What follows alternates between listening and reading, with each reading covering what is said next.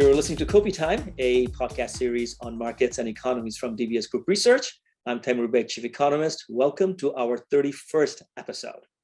We are recording this on the 25th of February, the day after major conflict broke out in Ukraine as Russian military made advances. The link between geopolitics and markets have always been tight, and the recent market developments attest to that. So let's get into that very topic. I'm very pleased to have Jonah Blank with us today. Jonah is a Singapore-based political scientist and anthropologist, currently a senior visiting research fellow with the National University of Singapore. Jonah has a lot of inside-the-beltway experience. When US President Biden was a senator, Jonah was his South and Southeast Asia policy director for nearly a decade. Jonah Blank, welcome to Kopi Time. Thank you for having me. It's a pleasure. Of course, we have to begin with the topic of the moment, the conflict in Ukraine. No laughing matter, actually. Without getting into the origin story of the conflict, Jonah, what's your take on the ongoing situation? And this is a podcast. Feel free to take as much time as you want. Okay, well, the most important thing, of course, is the tragedy for the Ukrainian people. I mean, we'll talk about the geopolitics, we'll talk about the economics, we'll talk about the impact that the rest of the world will be feeling from this. But I think we always have to start with the sober reflection that the Ukrainian people have already suffered a terrible trauma, and sadly, it looks like they will be suffering far, far more in the days and weeks to come. That is sort of the foundation for everything else that we'll be talking about. One of the questions that comes up frequently is, why now? What is Putin looking for? What is he trying to do? And I don't claim to be a Ukraine expert or a Russia expert, let alone a Putin expert, because so much of this is tied up with Putin's own individual philosophy, psychology, whatever is going on in his head. And I can't make any claim to be an expert on these things. With this big asterisk, I think that what Putin is looking for are basically two things. First, he sees Ukraine, he said so explicitly, as an artificial country, as a fake country, as basically part of Greater Russia, and he wants to go down in history as the man who reclaimed the Greater Russia that was given up at the end of the Soviet Union. There are a lot of things historically that are wrong with his interpretation of this. I can go more into that, but he clearly believes it. He clearly believes that at a minimum, Eastern Ukraine and maybe even all of Ukraine really should be part of Russia. And he's willing to accept a lot of economic pain mostly suffered by the Russian people and by the Ukrainian people, not by him personally, to go down in history as the guy who has reclaimed this territory.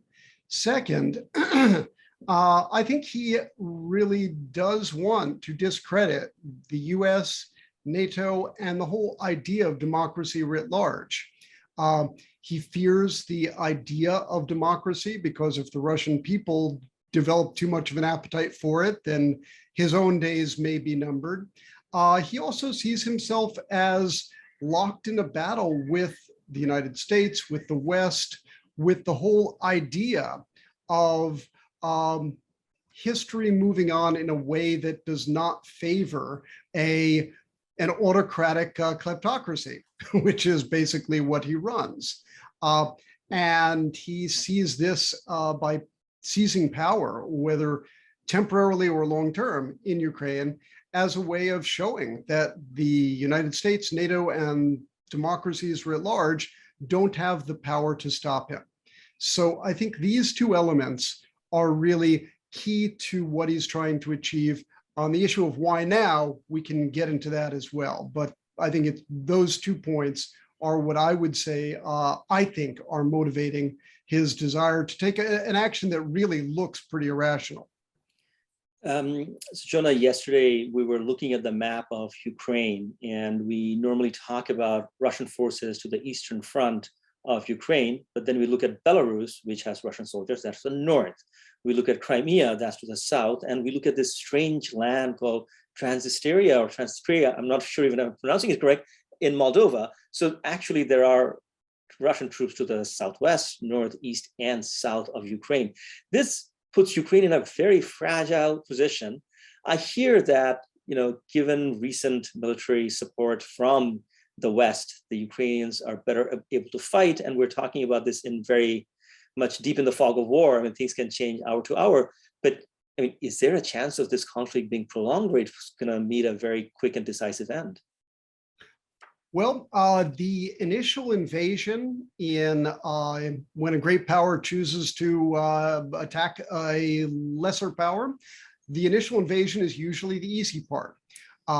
When the Soviet Union invaded Afghanistan in 1979, they basically established complete control within a matter of days, consolidated it in a matter of weeks.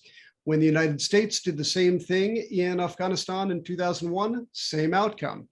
Both of them then spent 10 years for the Soviet Union and 20 years for the United States, losing a long-running insurgency. Similar case when the United States invaded Iraq, both in the first Gulf War and then in 2003. After the first Gulf War, the United States did not occupy and therefore did not suffer a crushing defeat. Following 2003, it did occupy. So even if Russia is able to establish a relatively speedy domination, that does not mean that it will have an easy occupation. I think Putin is smart enough to realize this. When you have 43 million Ukrainians, at least tens of millions of whom do not want Russia to be there, it would be pretty foolhardy to try to establish a military occupation with perhaps 200,000 troops. It's just not a recipe for anything good from Putin's standpoint. So I think what he will try to do is set up a puppet regime. And will that last? I don't know. But his tough times are definitely more in the future than they are, in the past 2 days. So Jonah, I'm going to push on that a little bit more. The examples that you gave, even like going back to say Vietnam or Afghanistan or Iraq, the foreign military, was visible, and to generate local antagonism was very clear, the us versus them. It seems to me that the Putin perspective is that there isn't that much of an us versus them on the Ukraine matter. They're all part of a bigger fatherland. So when you say that there are going to be tens of millions of Ukrainians who will resist one way or the other, is there a possibility that that assumption may not be right? Yes, I think all of us have to come to this with a certain degree of humility. I certainly do. This is not an area where I would claim expertise, and even in areas where I am better informed. Afghanistan, for example, I've made a lot of mistakes in my assessment of Afghanistan. I think anyone who has been involved in the policy arena and has not made mistakes is either much smarter than me or deceiving themselves. So yes, it's quite possible. That said, I think there's enough evidence out there that a very large number of Ukrainians, is it tens of millions? I can't confidently say, but it is certainly enough to cause a lot of problems for any occupying force. Does Putin himself believe that the Ukrainians are just basically like little brother Russians who welcome him with flowers and open arms? I don't know. He might actually believe it. He might be high on his own supply. After all, when the US rolled into Afghanistan, you had American strategists saying that we would be welcomed with, with flowers and roses. At the time I was in US government, I did not believe that for a minute. And I think there were a lot of Americans who did believe it, but it was very clearly not the case. Some Iraqis did welcome Americans, but that was not the real story. Some Ukrainians will welcome the Russians, but if Putin thinks that there will not be a determined resistance, I suspect he's in for a rude awakening. Jonah, when I think about the last 50, 60 years of various conflicts involving superpowers, Vietnam spilled over into Cambodia, Laos, and so on, and there were many unintended consequences that festered for years and decades. Iraq was largely localized, but we can also talk about the genesis of ISIS being a byproduct of the invasion of Iraq, the second one. In this instance, the chance of this being a conflict based around Ukraine versus, maybe Russia is successful and it starts thinking about having a land bridge to Kaliningrad or, other areas. What is your sense of that risk of it taking on a regional dimension? I think you're absolutely right. Virtually every large-scale military action has ripple effects. For Iraq, for example, I would contend that the invasion of Iraq not only had enormous effects throughout the Middle East, but also was the single greatest cause for America's failure in Afghanistan. I saw this develop. The US actually, in my view, could have had a more successful policy in Afghanistan if it had not immediately pivoted money, troops, and most of all, attention and diplomatic effort and policymaker time to Iraq. In 2002, I was able to travel all over Afghanistan, Kandahar, Mazar-e-Sharif, Herat, Kabul, without any armed protection whatsoever. I was going around in each place, in Kandahar, the heart of the Taliban, staying with NGOs and not having a single armed person anywhere near me. Every other trip I made to Afghanistan in the decade after that, I was guarded by a whole protection detail. Eventually it became where I would have 4 armed vehicles and basically pretty much a platoon of security armed to the teeth just for me. And when I traveled with Biden or with Kerry, it was exponentially more than that. The level of protection needed was insane. Well, not insane, but was huge. It didn't have to be this way. I was wandering around the bazaar in Kandahar in 2002, and the worst that I got were some hard looks. What changed? Well, most of all, Iraq. So this, I think, is a data point that emphasizes your contention, which I agree with, that every conflict has ripple effects elsewhere. I think these ripple effects will be much more intense for Ukraine for a couple of reasons. First, because this is the biggest Russian military action since Afghanistan in 1979 and may well turn out to be larger than that. We don't know the full extent of it. Second, the world is much more complex now, at least in terms of the way wars are fought, than Afghanistan in 79. We're going to see cyber warfare, information warfare, economic warfare that will affect the world because the world is so much more interconnected. The economic effects are going to hit us here in Singapore, hit the United States, hit Europe in much more extreme ways than I think most people are prepared for. And that's the best case scenario. Oh boy, since you brought up the economic angle, let's talk a little bit about the economics and politics of sanctions. Many powerful officials in Russia have been subject to sanctions already, and as we speak, new sanctions are being rolled out. We have seen sanctions regime work stringently against Iraq in the 90s and 2000s, against Iran for the last 20 years, and against some parts of Russian government for the last 5-7 years. Do these things have a material impact? They do, but we have to be realistic about what sanctions do, how sanctions work. They're not a silver bullet. They do not stop an invasion, as we've seen. they do not fundamentally alter the calculus of a very determined autocrat who wants to invade somewhere. And Putin has stocked away probably about $600 billion to weather this storm. So does that mean sanctions are useless? No, absolutely not. We just have to be realistic about what they can do.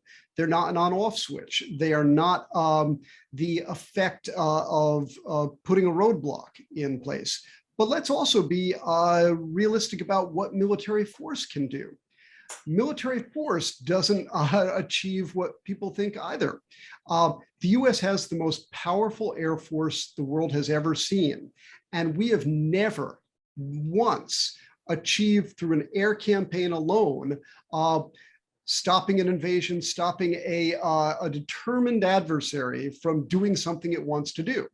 Bill Clinton tried to do this, George Bush tried to do this, Barack Obama tried to do this, to some degree Trump and tried to do this with air power alone in achieving results. You can destroy a lot of things from the air. You can't really change the calculus of a determined adversary. So if we're expecting sanctions to do something that the full power of the US Air Force cannot do, we'd probably have unrealistic expectations for sanctions. So what can sanctions do? Sanctions can impose a lot of pain, economic pain, and establish a red line about what the world community considers to be acceptable behavior. And that these are not nothing. These are things that actually do have an impact, but they may not result in a change of action in a time frame measured in months. The time frame may be years, it may be a number of years. When one looks at the sanctions that were placed on apartheid South Africa, these took decades to really help bring down the regime. But they did help bring down the regime. Likewise in Myanmar, sanctions did have a real impact, but it took many years. And ultimately, the good that they did, we're now seeing has largely been reversed. So we have to be realistic about what sanctions can and can't do. I want to stay on the regional dimension maybe for a couple more minutes. Ukraine is just one of many military activities Russia has been involved in the past couple of decades. I can think of Crimea, Syria, Georgia, where Russia had very forceful interventions. And we hear about Russian mercenaries all over Africa. So, the narrative in the 90s, post the break of the Soviet Union was, it was going to be, a rather benign, weakened power. It seems like, under Putin, especially in the last 10, 12 years, Russia has become quite engaged. Yes. What's your take on this? Well, first off, everyone who was saying that there would be an end of history following the dissolution of the Soviet Union was absolutely wrong, and anyone with eyes to see knew that. I mean, I was saying this in 1991, 1992, that history did not end. Certain people got tenure and got fat book contracts and made very good careers out of declaring that history had ended in 1992. Those of us who were saying at the time, no, history did not end, history never ends. There is no one path that the human race takes. There are always a lot of different paths. We are now we're at a moment where democracy seems to be challenged, but that as well is not the end of history. History constantly surprises us and is not a march towards one predestined end.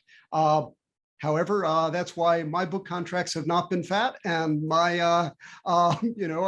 when you try to say that the world is a more complex place than people want to say, you do not get rewarded with that kind of thing. However, the fact is the world is complex. The world is nuanced. There isn't a narrative that is as easy as history is over. So the idea that Russia was predestined to be a benign power, that we're all moving in a neoliberal direction, that was self-evidently false back in the 90s. It's self-evidently false today. At the same time, if we want a slightly more upbeat take on this, likewise, I think today's kind of consensus, that democracy is doomed and that we're entering a future of where history again has ended and it's an autocratic future. I think that's misguided too. I think that history will always be an ebb and flow, and there will always be surprises and countercurrents. I was, avidly following the Winter Olympics the last 2 weeks, and during which time people kept telling me there'll be no military incursion by Russia while China is hosting the Winter Olympics. And they were sort of right that the actual escalation came right after the closing ceremony. So this brings me to the Russia-China angle. Your comments on this relationship and how that's evolving. Yes, well, an alternate explanation for why Putin waited until after the Olympics is maybe he's a big fan of figure skating. Maybe. But more seriously, yes, I think that you're quite right. I think that Putin would not have undertaken this action if he had not already reached an understanding with Xi Jinping. Because this can't work unless China is providing an alternate path for an economic future that with Europe and the United States and withdrawing. What sort of support will China provide? Well, most notably, alternate pathways perhaps to the world financial system and market for Russian gas. Do we know exactly how that will happen? After all, gas is only useful if you can sell it to someone. And just as Europe really needs Russia's gas, Russia really needs to sell its gas to someone.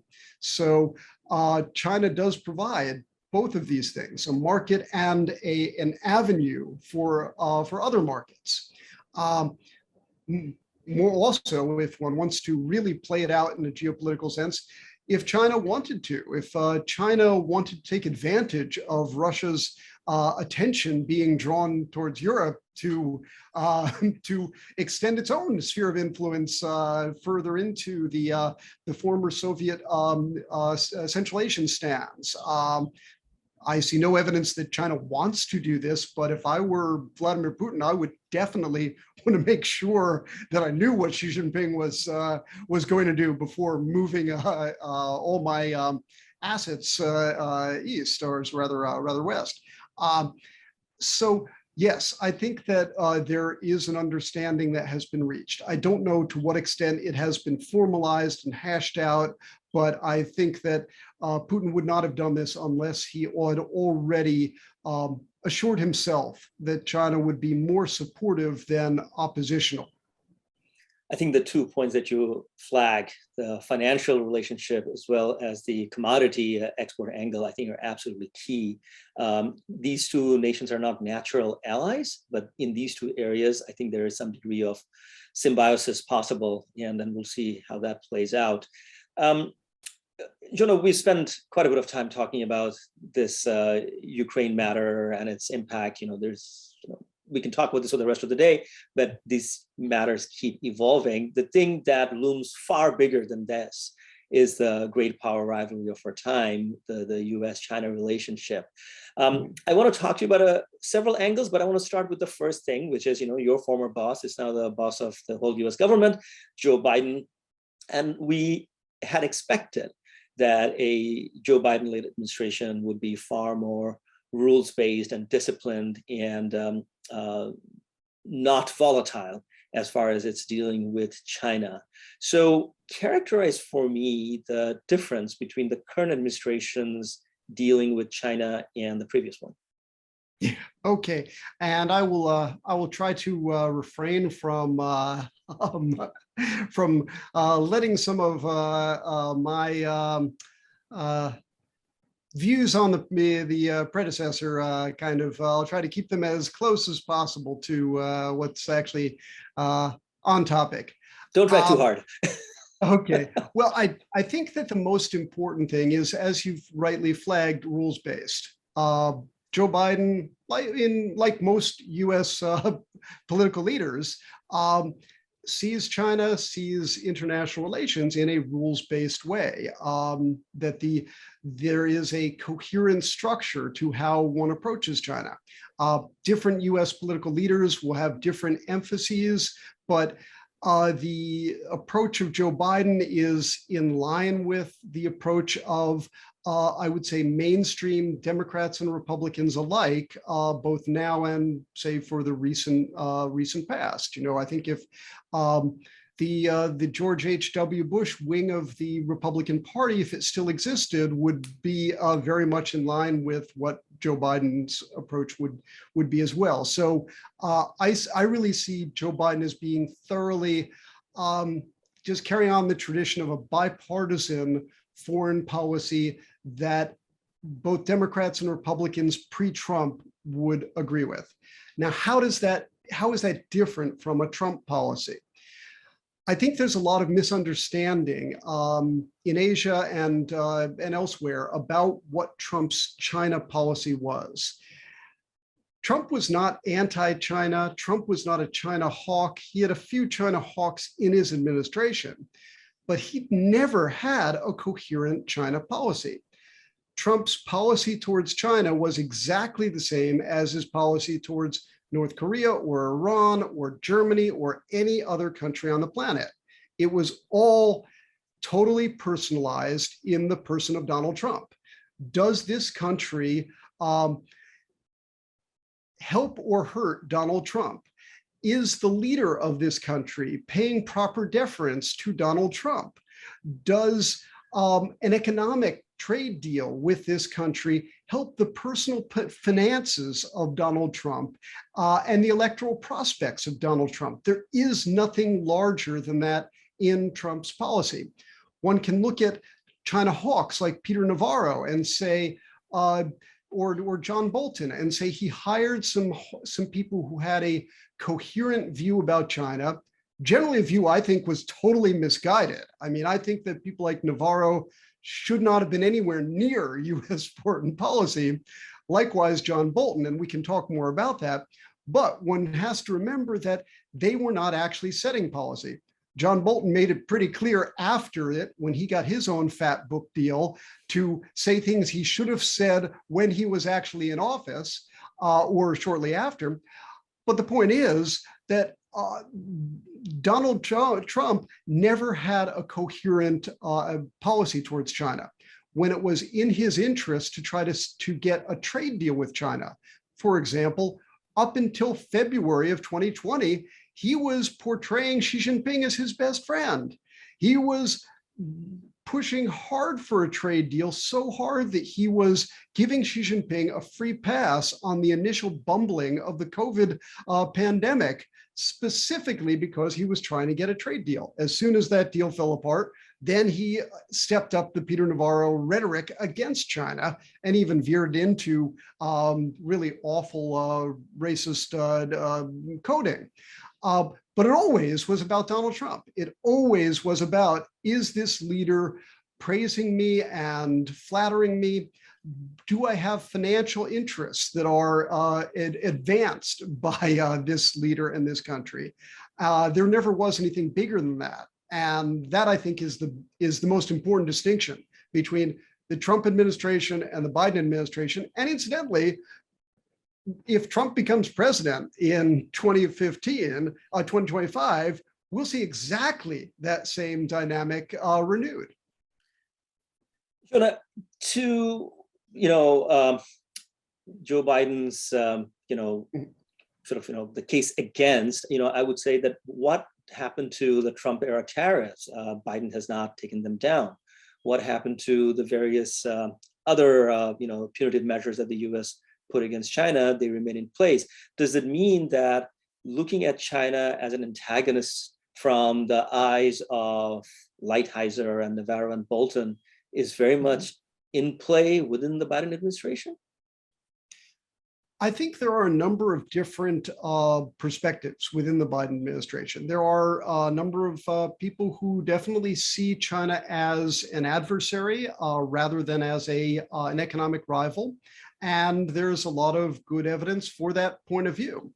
However, there's a big difference between, say, a view that treats China in a more adversarial way than, for example, was the dominant view under the Obama administration. Between that view and the sort of Peter Navarro, John Bolton view, which sees China as an existential threat and really a foe to be fought to the death.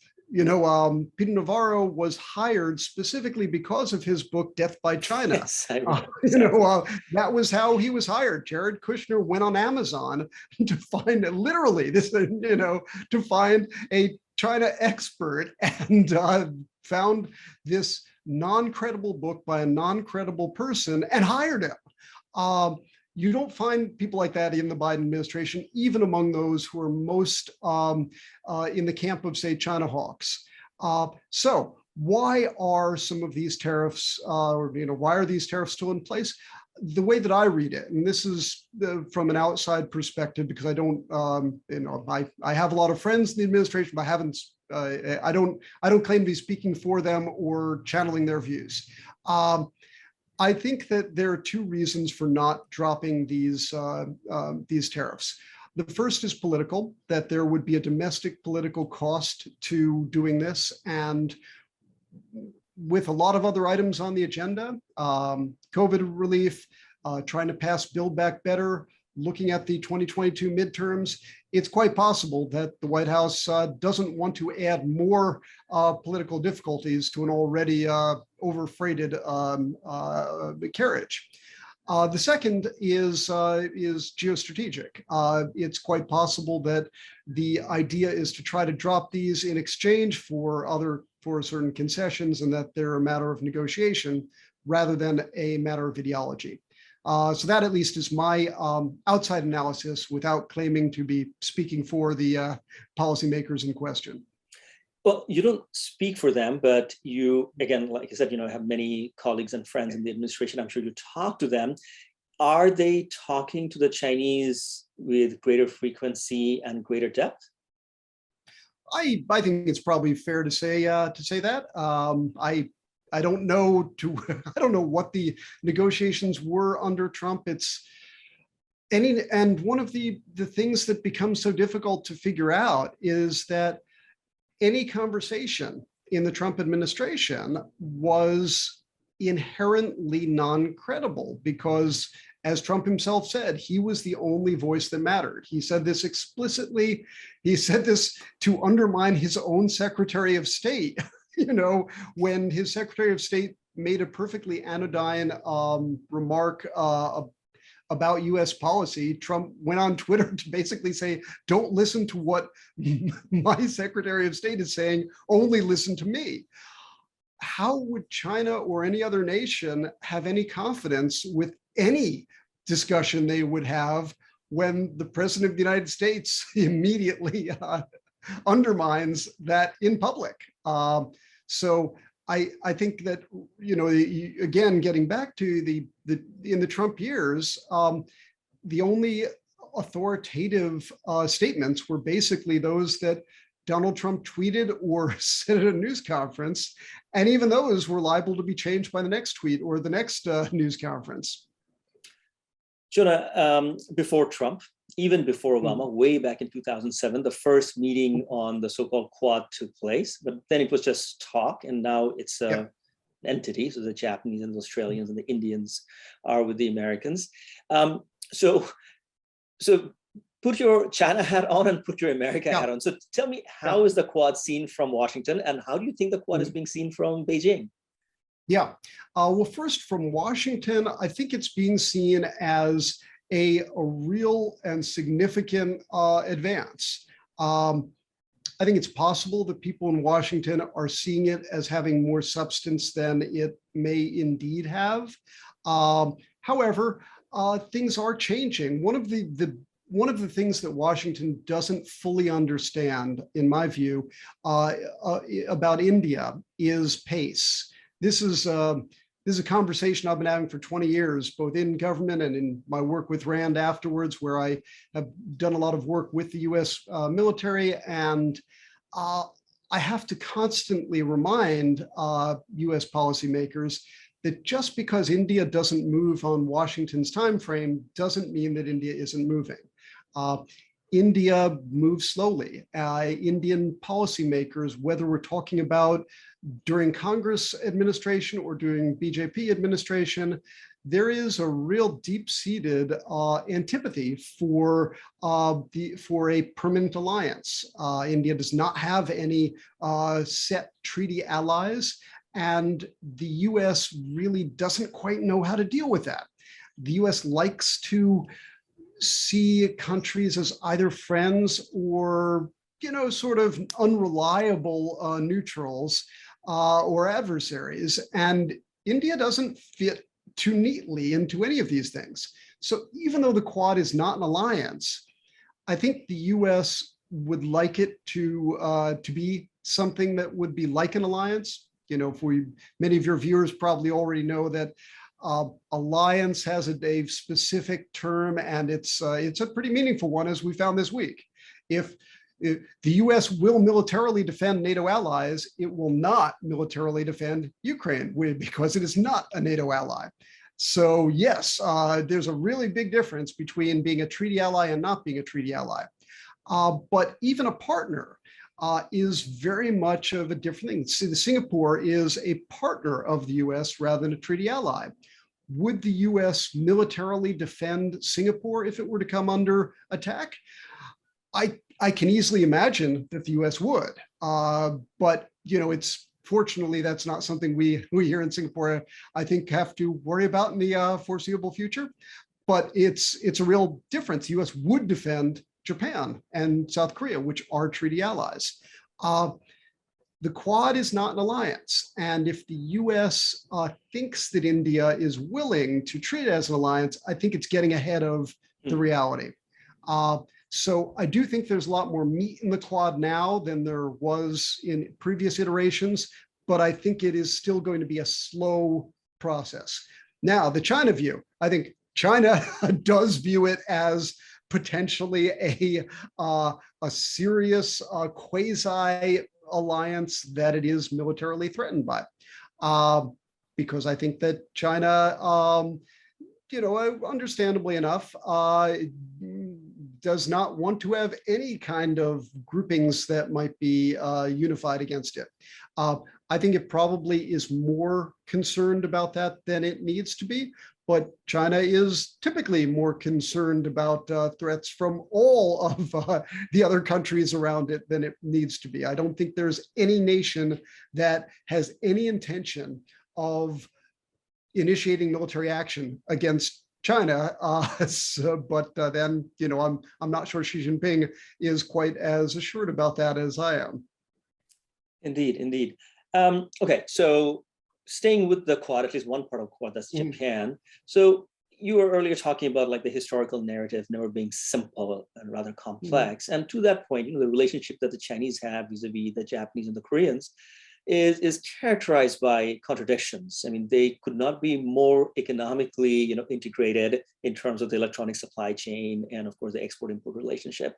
But at the same time, historical grievances, episodic boycotts of, Japanese products or Korean products, seem to be, occurring with a degree of regularity. So start with sort of China's role in North Asia, and then perhaps you could also move into Southeast Asia. Yes, I think that China has a deep-seated, in my view, concern and historical memory of both Korea and of Japan. Korea, I think, unfairly, because when China thinks of a Korean aggression towards China, what they're referring to is the Japanese regime, the Manchukuo regime, which was really a Japanese regime that happened to be, in Korea. So I think China has a legitimate historical memory of a Japanese occupation of portions of China, which did historically happen in the lifetime of many people who are still alive. So that's quite real and legitimate. However, a narrative that tries to blame Korea for that, I kind of see as ahistorical. There are various other, narratives in China that have more validity, but to my view, it seems to be a stretch. I'll put it that way. However, what does that mean for today?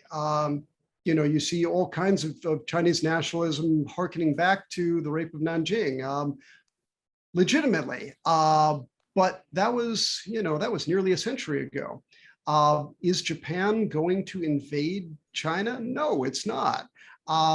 Is Japan or Korea going to pose a threat to Chinese interests? It's really hard to see how that would be the case. Will Japan defend its territorial claims to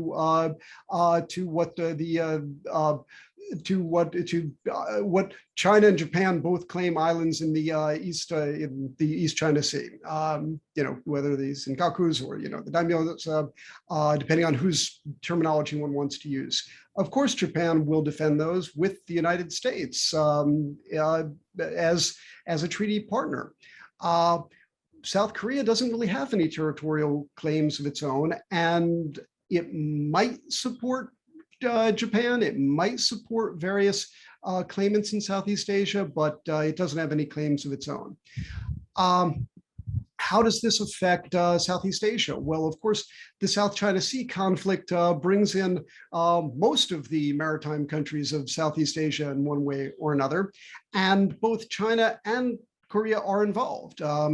South Korea, for example, is one of the largest military suppliers of Indonesia. And Japan is also a very significant supplier. Both of them are also very important economic partners of Indonesia and of all the countries in the region. So all of these things are kind of mixed up together. China claims all of the land features in the Southeast Asia within what it calls the 9-dash line. But is it going to militarily take these over? Well, it's already started doing so, and it's an open question just how far it will go. But this almost is more of a diplomatic question than a military one, because China does have the military power to take on any combination of Southeast Asian nations. And it's hard to see any Southeast Asian nations operating in tandem, unless they are part of a U.S.-led effort, and even then, it's kind of hard to imagine. So it really is a question of the U.S. Is the U.S. going to go to war over, partially occupied, uninhabited reefs in the South China Sea? And that's a real question, because the counterpart of that is, well, is China going to go to war for these unoccupied land features? I don't think anyone really knows the answer to that, because it doesn't make sense for anyone to go to war for these land features. Who would be more hurt by it, and who would be more of for whom would it be more of a blunder? Well, it's like the old adage that it's really two bald men arguing over a comb. So this puts, of course, Southeast Asian leaders in a very difficult position. I remember being in Jakarta a few years ago, and one of the senior ministers in the Indonesian government sort of stridently asserting that no country in ASEAN should be made to pick a side. They want to have great relationship both with the US and the Chinese. Is that possible? Yes, I think so. Depending on how one finds great friends, but I think that it would be unrealistic for the US or for China to expect any country in maritime Southeast Asia, different, of course, for mainland Southeast Asia. Just come back from Cambodia, where, of course, Chinese influence is quite strong. Also, resentment towards China pretty strong, but China can establish really a stronger position, say, for Cambodia and Laos than it can ever hope to establish for Indonesia, Malaysia, Philippines. However, that doesn't mean the United States can expect any of these nations to be aligned with it rather than with China. Before moving to Singapore, I lived in Indonesia for about a year and a half, almost 2 years, and the level of desire not to be aligned is really something that I think U.S. policymakers need to be fully aware of. It's hard to imagine a set of circumstances where Indonesia would willingly align with either party. It really does want to keep its options open. And I think the same is true to varying degrees for all of the maritime nations. Jonah, you've been very generous with your time and your insights. I want to sort of end on a sort of broad note. Earlier, you were talking about the Fukuyama claim of end of history and how that hasn't panned out. And of course, you know, your notion of complexity being a key characteristic of geopolitics. I recently read an essay by Yuval Harari where he worried about the future and then what's happening with Russia, but at the same time wanted to remind the readers that the post-Second World War history has been a history of the United Nations and peacekeeping forces, and no major conflagration that would, you know, reach the level of lives lost during the Great Wars.